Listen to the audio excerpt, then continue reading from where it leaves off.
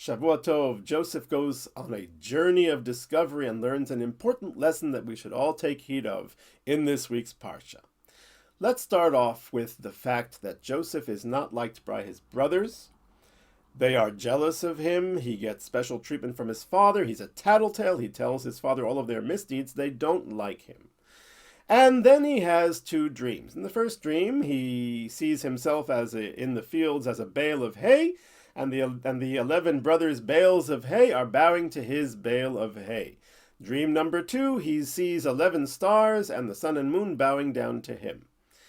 And Joseph, knowing that his brothers don't like him, well, he does not conceal the dreams. I would think he would. Instead, he tells them these dreams. Why? That's going to make it just that much more worse. And it does. They resent him. They can't even speak to him. Why does he tell them the dreams?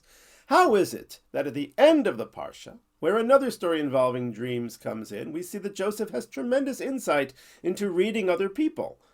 And yet here he doesn't. What is the end of the Parsha? That's when already he's been sold to Egypt to be a slave.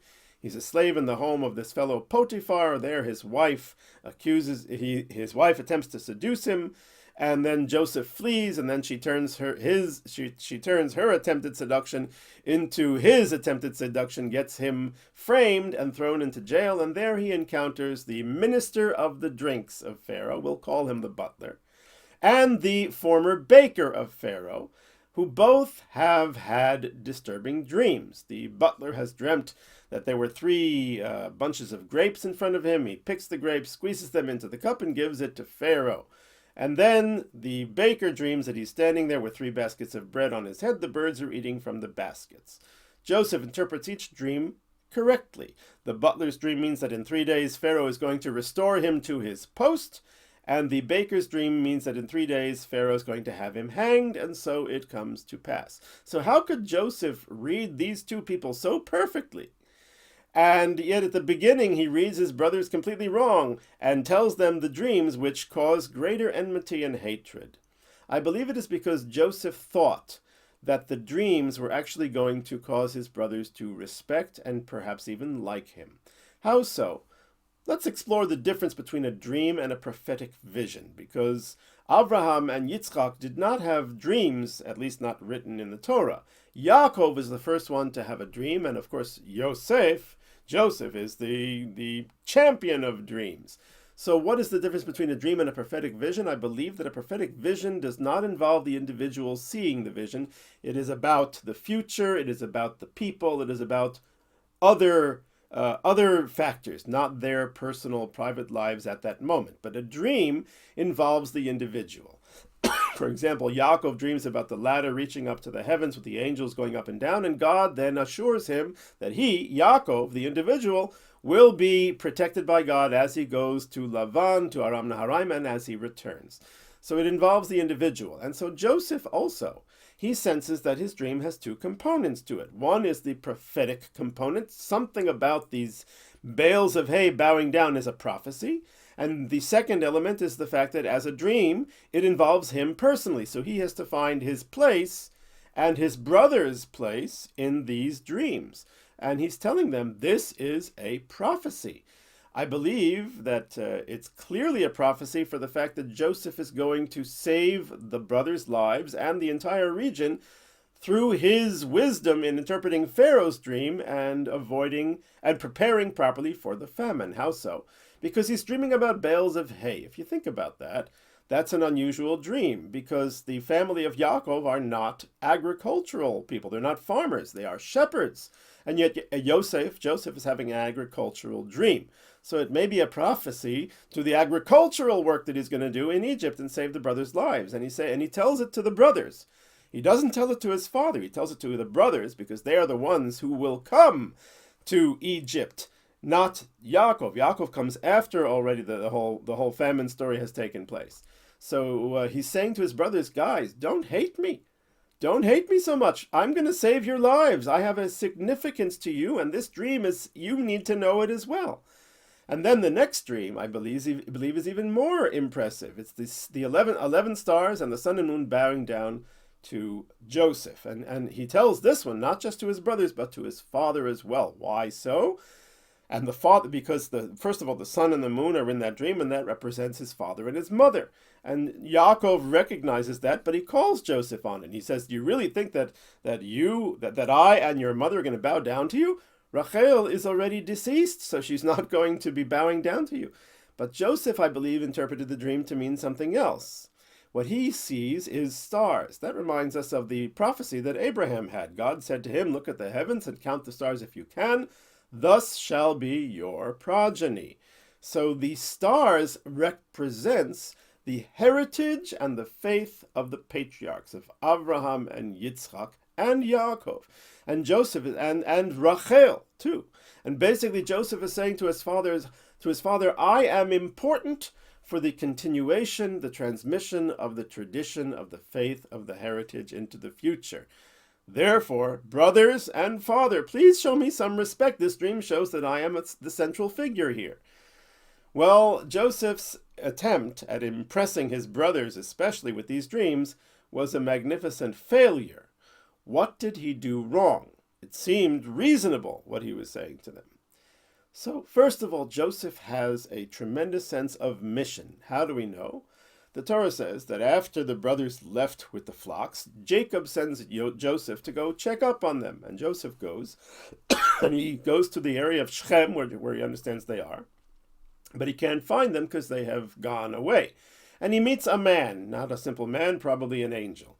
And the angel says to Joseph, when he says, "I'm looking for my brothers," which, by the way, is a very psychologically powerful line.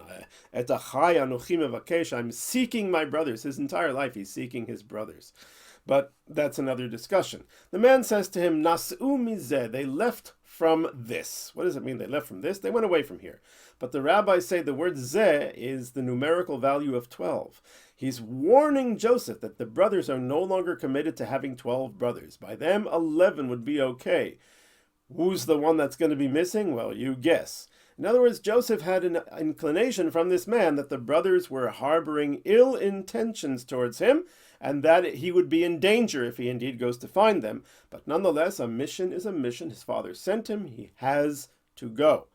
But I am sure that as he was then sold and brought to Egypt and found himself in Potiphar's house, he asked himself some tough questions.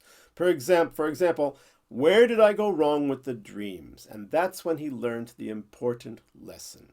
The difference between status and action. Between being and doing, is I think a nicer way to phrase it. You see, many people in life want to be something. I want to be an actor. I want to be an actor because there is fame and there is fortune. But do I like acting? Well, in as much as it lets me be an actor, yes.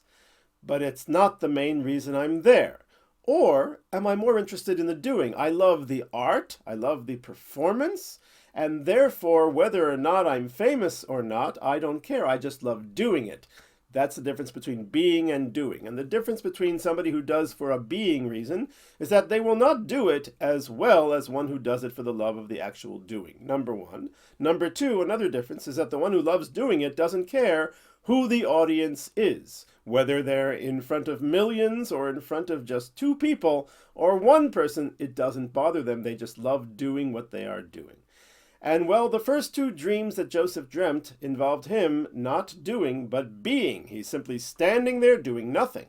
And the bales of hay are bowing down to him, and the stars and the sun and the moon are bowing down to him. He's not doing anything active in that moment. And Joseph realizes that this is a very off-putting way to be. Perhaps I need to become a doer, and a doer he becomes. I believe, by the way, that the dreams also give an inclination, a hint to the audience as well. The bales of hay in the field, that's kind of a lonely kind of a situation. So that is not a glorious moment, but the stars and the sun and the moon, that's pretty glorious. We will find that Joseph becomes a doer, a servant who serves whomever he can, wherever he can, no matter what the situation, whether there is a glorious audience, Pharaoh and his court, or whether it's the dregs of Egyptian society locked up with him in a prison, in a dungeon. He is now a doer. And the Torah says it explicitly, that in the prison, especially after he was accused and he gets thrown into the jail, Kol asher osim sham hu haya oseh. Whatever was done in that prison, Joseph was the doer. And he's now committed to fulfilling his mission by doing. And it doesn't matter for who. And that's why whoever he's in contact with comes to love him. And this is how he knows to interpret the dreams of the butler and the baker. Because the baker has a dream of being. He's standing there doing nothing with the baskets of bread, but he is the victim because he's not getting shown respect by those birds that come down and eat those pieces of bread. The person who's more interested in being is not going to do the best job and is going to often feel slighted and injured if people don't give them respect for who they are being at that moment, and that is the baker, And Joseph knows from his own experience that people who are focused on being are irritating to other people. Probably this baker was irritating to Pharaoh, and he will not have a good end. But the butler, when he dreams a very detailed dream about doing. There are the grapes, he takes the grapes, he squeezes them, puts them in the cup, hands them to Pharaoh. And Joseph said, this is a good person. This is the sort of person you want to be, and this is a person that people like and respect, just like they are liking and respecting me, because I am here doing all day long whatever I can do to help. Whether I'm in front of an audience of Potiphar or the people here in the prison. And the same thing will happen in the next week's Parsha when he will find himself doing for Pharaoh, with the same sense of mission that he did it in prison. This is the secret of Joseph. The importance in life is not in the being, it's in the doing. To love what we are doing, and the doing of things in a good way, in a good fashion, will bring us the love and respect we need as human beings. But we do not put the cart before the horse and say, I want to be, but rather I want to do, and then the blessings will come. Shavua Tov.